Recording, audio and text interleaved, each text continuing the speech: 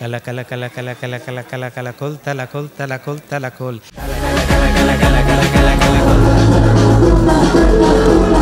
কারণ প্রিয়তমাটা কিন্তু খুবই অল্প সময় শুটিং করা, তখন আমার কাছে একটি গান বলেন যে ইন প্রগ্রেস কিছু আছে কিনা। গানটি তা আমার নিজের বিচ্ছেদের সময় লেখা। গানটি সিনেমাটাকে ভেবে লেখা হয়নি। কালা বাজায় বাঁশি একেলা ঘরে, তা আমি বলবো 2014 থেকে আমি মূলত আমি আমি 14তে আমি লস অ্যাঞ্জেলেসে চলে আসি। তখনই আমি চিন্তা করি যে না, আমি গানের দিকেই ঝুঁকবো। তো এভাবে করতে করতে আমি 2016তে বাংলাদেশে 2016তে কাজ শুরু করি। আমি প্রথমে গান লিখতাম। আমার প্রথম কাজ ছিল মুসাফির সিনেমায়, তারপরে অস্তিত্ব ফিল্মে আমি গানের কাজ করি, কিন্তু ওগুলো সবই লেখা ছিল। এরপরে প্রিয়তমা দিয়ে আমার প্লেব্যাকে যাত্রা, এবং প্লেব্যাকের এই অফারটা আসে বন্ধুবাজার শুটটি গানটি আসলে হিমেল ভাই শোনেন। কারণ আসলে রিলসগুলো তো ছিল। আমি বাংলাদেশে এসেছিলাম বেড়াতে, উনি আমার সাথে দেখা করতে চেয়েছিলেন। এটা প্রিয়তমার, আচ্ছা এটা মনে হয় 2021-এ, না প্যান্ডেমিকের পরে, আমি মনে হয় 2022-এর কথা বলছি।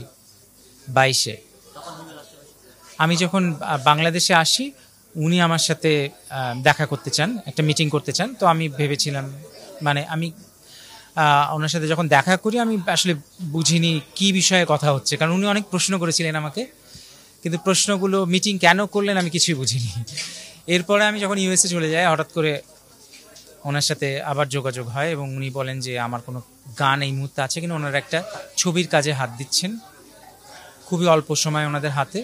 কারণ প্রিয়তমাটা কিন্তু খুবই অল্প সময় শুটিং করা, তখন আমার কাছে একটি গান বলেন যে ইন প্রগ্রেস কিছু আছে কিনা। মানুষ গানটি আসলে, তো এটা তখন খারাপ লেগেছিল, কারণ মানুষ একটা মনে হয়েছিল যে এত জনপ্রিয় একটা সিনেমা, এবং এখানে আমার একটি গান ছিল, কেউ জানতেই পারলো না। প্রথম প্লেব্যাক, রাইট? আপনার তো একটা অন্য ধরনের একটা অনুভূতি কাজ করে। এবং যখন আপনি দেখলেন ছবিটি একদম মানে ব্লকবাস্টার, কিন্তু কেউ জানতেই পারলো না গানটি, তো তখন আমার মনে হয়েছিল যে ঠিক আছে, নেক্সট টাইম এরকম। কিন্তু এখন মনে হয়, এখন ভালো লাগে, কারণ ছবিটা তো আসলে ছবিটার কাহিনীর প্রয়োজনেই গানটি নেওয়া।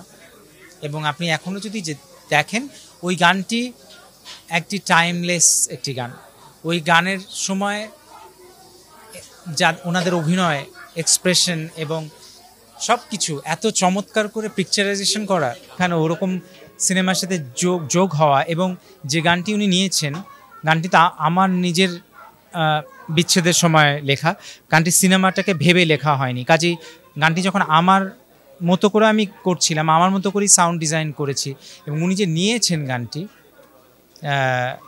এবং আমি অবাক। আমি তো ভেবেছিলাম গানটি থাকবেই না সিনেমায়, কারণ এত স্লোগান কেন নেবে এরকম একটা হার্ডকোর কমার্শিয়াল ছবি। তো আমার ভালো লেগেছে, কাজী বলছি আমার কৃতজ্ঞতা অনেক বেশি।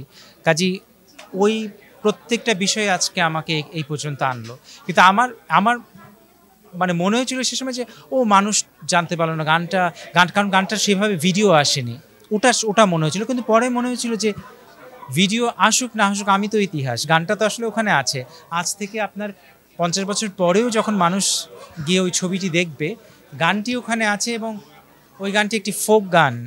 ওই গানটির একটা টাইমলেস একটা ব্যাপার আছে, যে কোনো সময় মানুষের ভালো লাগবে। কালা বাজায় বাঁশি একেলা ঘরে, আমি বাজায় বাঁশি একেলা ঘরে, আমি কেমনে রই অবলা নারী ঘরে, কেমনে রই অবলা নারী।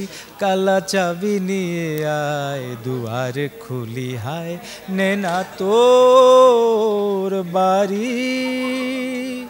কালা কালা কালা কালা কালা কালা কালা কালা খোল তালা খোল তালা খোল তালা খোল। কালা কালা কালা কালা কালা কালা কালা কালা খোল তালা খোল তালা খোল তালা খোল। কালা কালা কালা কালা কালা কালা কালা কালা খোল তালা খোল তালা খোল তালা খোল। কালা কালা কালা কালা কালা কালা কালা কালা খোল তালা খোল তালা খোল তালা খোল।